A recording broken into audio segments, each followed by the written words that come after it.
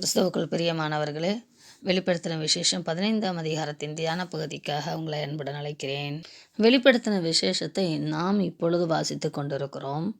ஆனால் இது வெளிப்படுத்தப்பட்டது 1ஆம் நூற்றாண்டு என்பதை ஒவ்வொரு அத்தியாயத்திலும் நீங்கள் மனதிலே வைத்து கொள்வது நல்லது. இல்லை என்றால் இந்த வெளிப்படுத்தின விசேஷத்தில் சொல்லப்பட்டிருக்கிற சம்பவங்கள் எல்லாம் இனிமேல் நடக்கப் போவதை போலவும் அல்லது இயேசு கிறிஸ்துனுடைய 2ஆம் வருகையின் காலத்திலே நடக்கப் போகிற சம்பவம் போலவும் நாம் நினைத்து மிகவும் கவனமற்றவர்களாய் இருந்து விடுவோம். ஆதலால் யோவானுக்கு, அதாவது முதல் திருச்சபை ஆரம்பிக்கப்பட்டு உலகளாவிய திருச்சபைகளாக 12 சீஷர்கள் மூலமாக உலகமெங்கிலும் சுவிசேஷம் அறிவிக்கப்பட்ட அந்த காலத்திலே தானே கடைசி காலம் ஆரம்பமாகிவிட்டது. தேவனுக்கும் பிசாசுக்கும் இடையாக இருக்கக்கூடிய அந்த யுத்தத்திலே கடைசி பகுதியாக 3 நிலைகளாக பிரிப்போம் என்றால், தீர்க்க தரிசன காலமாகவும் அதை நிறைவேறிய இயேசு கிறிஸ்துவின் காலமாகவும், இயேசு கிறிஸ்துவானுடைய கடைசி காலம் 2ஆம் வருகையிலே வரப்போகிற அந்த காலத்தில் இயேசு கிறிஸ்துவனுடைய மரணமும் உயிர்த்தெழுதலுக்கு பின்பாக உண்டான திருச்சபையின் மறுமலர்ச்சி, கிறிஸ்து திருச்சபை உருவாகுவதும், அந்த திருச்சபை கிறிஸ்துவின் மணவாட்டியாக ஆயத்தமாக்கப்பட்டு மணவாளனின் அந்த கல்யாண நாளுக்காக ஆயத்தமாயிருக்கிற திருச்சபையின் நிறைவும், அதன் பின்பு பூமியிலே இருக்கக்கூடிய கிறிஸ்துவை ஏற்றுக்கொள்ளாதவர்கள், கவனம் இல்லாமல் இருந்தவர்கள், அவர்களுக்காக உண்டாக போகிற அழிவையும் சித்தரிக்கிறது தான் இந்த வெளிப்படுத்தின விசேஷம். 15ஆம் அதிகாரத்தில் 7 வாதைகளும் 7 தேவ தூதர்களும் என்ற தலைப்பின் கீழாக நாம் படிக்கலாம். 15, 16ஆம் அதிகாரங்களிலே இவர்களுடைய காலத்திலே நடக்கிற சம்பவங்களை குறித்து சொல்லப்பட்டிருக்கிறது. இது கிட்டத்தட்ட இயேசு கிறிஸ்துடைய 2ஆம் வருகைக்கான சமீபமான காரியங்களாய் இருக்கிறது. அதாவது அவர் வருவதற்கு மிகவும் சமீபமாகிவிட்டார் என்று சொல்வதற்கான அடையாளங்களாய் இருக்கிறது. பின்பு வானத்திலே பெரிதும் ஆச்சரியமான வேறொரு அடையாளமாகிய கடைசியான 7 வாதைகளுடைய 7 தூதரையும் கண்டேன். அவைகளால் தேவனுடைய கோபம் முடிகிறது என்று, கடைசியான 7 வாதை என்றும், தேவ கோபம் இந்த 7 தூதர்களுடைய காலங்களிலே முடிவு பெறப் போகிறது என்பதையும், இந்த தேவ கோபம் என்பது வேற, நியாய தீர்ப்பு என்பது வேற. ஒரு குழந்தை தவறு செய்யும்போது தகப்பனுக்கோ தாய்க்கோ கோபம் வருகிறது. அந்த குழந்தையை மட்டாய் தண்டிக்கிறார்கள், மனம் திரும்பத்தக்கதாக தண்டிக்கிறார்கள். அதே குழந்தை தனக்கு மிகவும் கட்டுப்படாத விதத்திலே தன்னுடைய கட்டுப்பாட்டை விட்டு அது மீறி தூரம் கடந்து போன பின்பு அந்த குழந்தையை தண்டிக்க மட்டுமே விரும்புவார்களே ஒழிய கோபத்தையோ அல்லது மனம் திரும்புதலுக்கான வாய்ப்பையோ கொடுக்க இயலாது. அதுபோலத்தான் இந்த அதிகாரத்திலும் ஆண்டவராகிய இயேசு கிறிஸ்துவனுடைய பொறுமையையும் வெளிப்படுத்துகிறது. இன்னும் சொல்ல போனால் 70 தரம் மன்னி என்று தேவன் சொன்னவர் மாத்திரமல்ல, அதை செய்கிறவரும் கூட. அக்கிரமம் மிகுதியாக தேவனும் வாய்ப்புகளை கொடுத்து அவர்கள் கண்கள் திறக்கப்பட வேண்டும், அவர்களுக்கு மனம் திரும்புவதற்கான வாய்ப்பு கொடுக்கிற தேவனை இங்கே நாம் பார்க்கலாம். அதைத்தான் வேறொரு அடையாளம் என்ற வார்த்தையிலே நாம் பார்க்கிறோம்.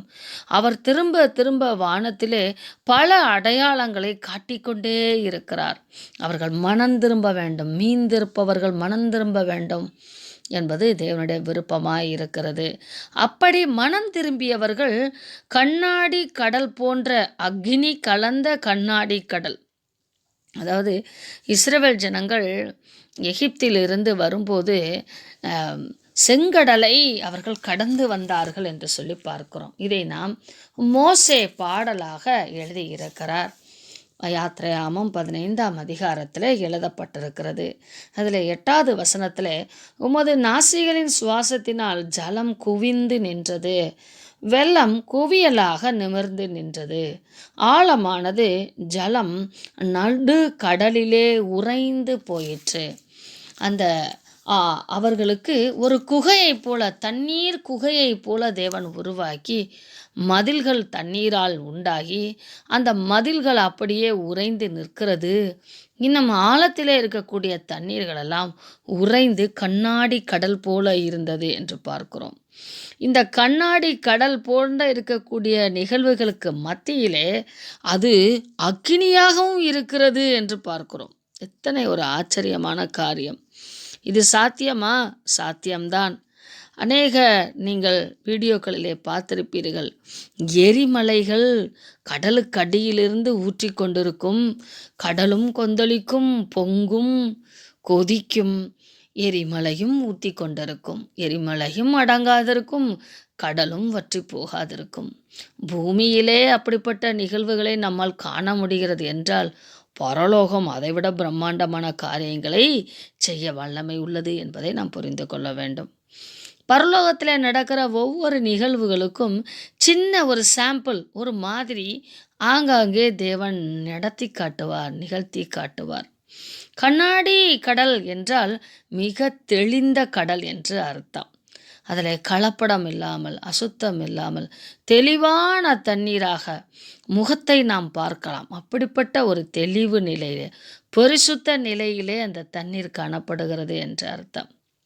அந்த பரிசுத்த நிலத்திலே மிருகத்திற்கும் அதன் சொரூபத்திற்கும், அதன் முத்திரைக்கும் அதன் நாமத்திற்கும், அதனுடைய லக்கத்திற்கும் உள்ளாகாமல் மிக கவனமாக தங்களை தற்பாதுகாத்து கொண்டவர்கள், கிறிஸ்துவின் நாமத்தினாலே, கிறிஸ்துவை பற்றும் விசுவாசத்தினாலே, கிறிஸ்துவுக்காக பாடுகளை அனுபவிக்க துணிந்ததினாலே ஜெயம் கொண்டவர்கள் சூரமண்டலங்களை பிடித்து கொண்டு அந்த கண்ணாடி கடலருகே நின்று தேவனை ஆராதிப்பார்களாம். அவர்கள் எப்படி ஆராதிப்பார்களாம்?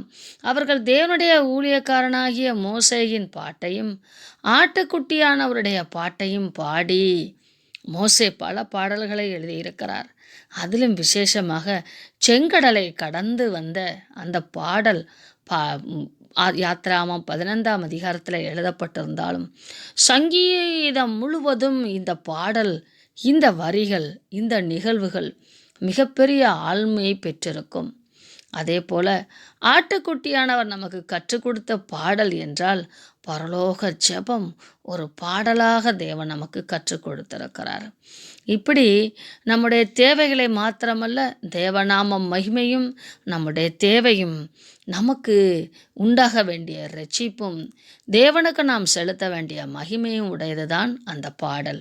இப்படி 2 பாடல்களையும் பாடி, சர்வ வல்லமையுள்ள தேவனாகிய கர்த்தாவே, தேவரீருடைய கிரியைகள் மகத்துவமும் ஆச்சரியமானவைகள்.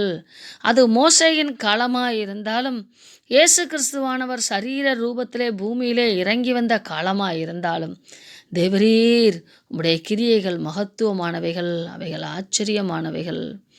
பரிசுத்தவான்களின் ராஜாவே, தேவருடைய வழிகள் நீதியும் சத்தியமுமானவைகள் என்று சொல்லி, ஒவ்வொரு காலகட்டத்திலும் வாழ்ந்த மனிதர்களுடைய அவர்களுடைய வாழ்வியலிலே தேவன் தம்மை எப்படி வெளிப்படுத்தினார் என்பதை உணர்ந்து அவர்கள் பாடுவார்களாம்.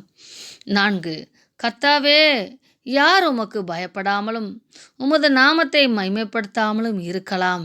இப்படிப்பட்ட உணர்வை அடைந்தவர்கள், இப்படிப்பட்ட அற்புத அதிசயங்களை கண்டவர்கள் உம்மை மைமைப்படுத்தாமல் இருக்க முடியுமோ என்று ஒரு ஆச்சரியமாய் கேள்வி கேட்பது போலவும், தேவரீர் ஒருவரே பரிசுத்தர், எல்லா ஜாதிகளும் உமக்கு முன்பாக வந்து தொழுது கொள்ளுவார்கள், உம்முடைய நீதியான செயல்கள் வெளியரங்கமாயிருக்கின்றன என்று சொல்லி அவர்கள் அங்கே பாடினார்களாம். ரட்சிக்கப்பட்டவர்கள் அங்கே பாடிக்கொண்டிருப்பார்கள். தேவ சமூகத்தில் தேவனை ஆராதித்து கொண்டிருப்பார்கள். இன்னும் ஒரு கூட்டம் இந்த பூமியிலே விடப்பட்டிருக்கிறது. அந்த கூட்டங்களை தேவன் கூட்டி சேர்ப்பதற்காக, மனம் திரும்ப செய்வதற்காகவே வாதைகள் உண்டாகிறது. வாதைகள் என்று நாம் வாசிக்கும்போது அவைகளை தண்டனைகள் என்று எடுக்கக்கூடாது. வாதை என்பது பழைய ஏற்பாட்டிலும் சரி, புதிய ஏற்பாட்டிலும் சரி, அது நோயாக இருக்கலாம், இயற்கை சீற்றங்களாக இருக்கலாம், அல்லது பொல்லாத கொடிய நோய்களை பரப்பக்கூடிய கிருமி நாசிகளாக இருக்கலாம், அல்லது எல்லா பூமியிலே இருக்கக்கூடிய உணவு பஞ்சங்களாக இருக்கலாம். எதுவாக இருந்தாலும் அடிப்படை ஆசீர்வாதம் நமக்கு தேவனிடத்திலிருந்து வருகிறது என்ற உணர்வை நாம் பெற்றுக்கொள்ள வேண்டும் என்று சொல்லி தேவன் விரும்புகிறார். இவைகளுக்கு பின்பு நான் பார்த்தபோது, இதோ பரலோகத்தில் சாட்சியின் கூடாரமாகிய ஆலயம் திறக்கப்பட்டது. நீங்களும் நானும் தேவனுடைய ஆலயம், தேவ நாமத்திற்கு சாட்சியான ஆலயம். நாம் ஆலயத்துக்கு செல்வதும் இந்த உலகத்திற்கு சாட்சி. எங்கெல்லாம் ஆலயம் கட்டப்பட்டு கிறிஸ்தவர்கள் ஆவியோடும் உண்மையோடும் கருத்தோடும் தேவனை ஆராதிக்கிறார்களோ அங்கெல்லாம் தேவன் நாம மகிமைக்கென்று சாட்சிகள் உண்டாகிறது. அதனால் திருச்சபைகள் மிகவும் கவனமாக பேணி பாதுகாக்கப்பட வேண்டியவைகள், அழகுற மெருகுற செய்யப்பட வேண்டியவைகள். இவைகள் சாட்சிகள். பரலோகத்திலும் கட்டப்பட்டிருக்கிற அந்த ஆலயம் சாட்சியின் கூடாரமாம். தேவநாம மகிமையின் சாட்சியின் கூடாரத்தின் ஆலயம் அப்பொழுது திறக்கப்படுகிறது. ஏனெனில் நிறைவு காரியம் நடக்கப் போகிறது. நிறைவான வாய்ப்பு, இறுதியான ஒரு வாய்ப்பு மனிதர்களுக்கு கொடுக்கப்படுகிறது. அந்த ஆலயத்திலிருந்து 7 வாதைகளை உடைய 7 தூதர்கள் சுத்தமும் பிரகாசமுமான மெல்லிய வஸ்திரம் தரித்து மார்பருகே பொற்கச்சைகளை கட்டிக்கொண்டு புறப்பட்டார்கள். அப்பொழுது அந்த 4 ஜீவன்களில் ஒன்று தேவ சமூகத்திலே எப்பொழுதும் காவலாளிகளைப் போல கண்களால் நிறைந்திருக்கிற அந்த ஜீவன்களில் ஒன்று சதா காலங்களிலும் உயிரோடு இருக்கிற தேவனுடைய கோபாக்கினையால் நிறைந்த பொற்கலசங்கள் 7ஐயும் அந்த 7 தூதர்களுக்கும் கொடுத்தது. அதாவது தேவனுடைய கோபாக்கினையால் நிறைந்த பொற்கலசம் உச்சக்கட்ட எச்சரிப்பின் செயல் என்று பார்க்கலாம். அழிவு வேறு, கோபாக்கினையினாலே உண்டாகக்கூடிய வாதை வேறு. அப்பொழுது தேவனுடைய மகிமையினாலும் அவருடைய வல்லமையினாலும் உண்டான புகையினாலே தேவாலயம் நிறைந்தது. தேவனுடைய அந்த உக்கிர கோபத்தின் சூழலிலே தேவனுக்கு மகிமையான புகை அங்கே தூபவர்க்கம் இடப்படுகிறது. 7 தூதருடைய 7 வாதைகளும் முடியும் வரைக்கும் ஒருவரும் தேவாலயத்துக்குள் பிரவேசிக்க கூடாதிருந்தது. ஏனெனில் தேவன் தமது நீதியை முழுவதுமாக நிலைநாட்ட வேண்டும். அதற்காக கடைசி உக்கிரக வாதையாக கோபமாக அந்த வெளிப்பாடு இருந்தபடினால் புகை அங்கே மூண்டு இருந்தது. முதலாவது கூடாரம் உருவாக்கப்படும் போது மோசேயும் ஆராதனை செய்வதற்கு உள்ளே கடந்து செல்லும்போது ஆசாரியர்களும் மோசேயும் உள்ளே புக முடியாத அளவுக்கு மேகத்தினால் மூடி இருந்தது. மேகம் புகை மண்டலத்தை போல மூடி இருந்தது என்று சொல்லி பார்க்கிறோம். எங்கெல்லாம் தேவ மகிமை இறங்கி வருகிறதோ அங்கெல்லாம் இப்படிப்பட்ட மகத்துவமான வர்ணனை எழுதப்பட்டு இருக்கிறது. 16ஆம் அதிகாரத்திலே இந்த 7 தூதர்களுடைய கோப கலசங்கள் ஊற்றப்படுவதும் அதனால் உண்டாகக்கூடிய நிகழ்வுகளையும் குறித்து நாம் படிக்கலாம். அடுத்தடுத்த சம்பவங்களாக நடந்து வருகிற ஒவ்வொரு நிகழ்வுகளையும் உங்கள் மனக்கண் முன்பாக ஒரு லிஸ்ட்டு போல நீங்கள் வைத்து கொண்டு கவனமாய் படிப்பீர்களானால் வெளிப்படுத்துகிற விசேஷம் படிப்பதற்கு ஆவலாய்த்தான் இருக்கும். ஒரு பிரம்மாண்டமான ஒரு காட்சியை காண்பது போல இருக்கும். நாம் அப்படிப்பட்ட காட்சியை நாம் பரலோகத்திலே காணப்போகிறோம்.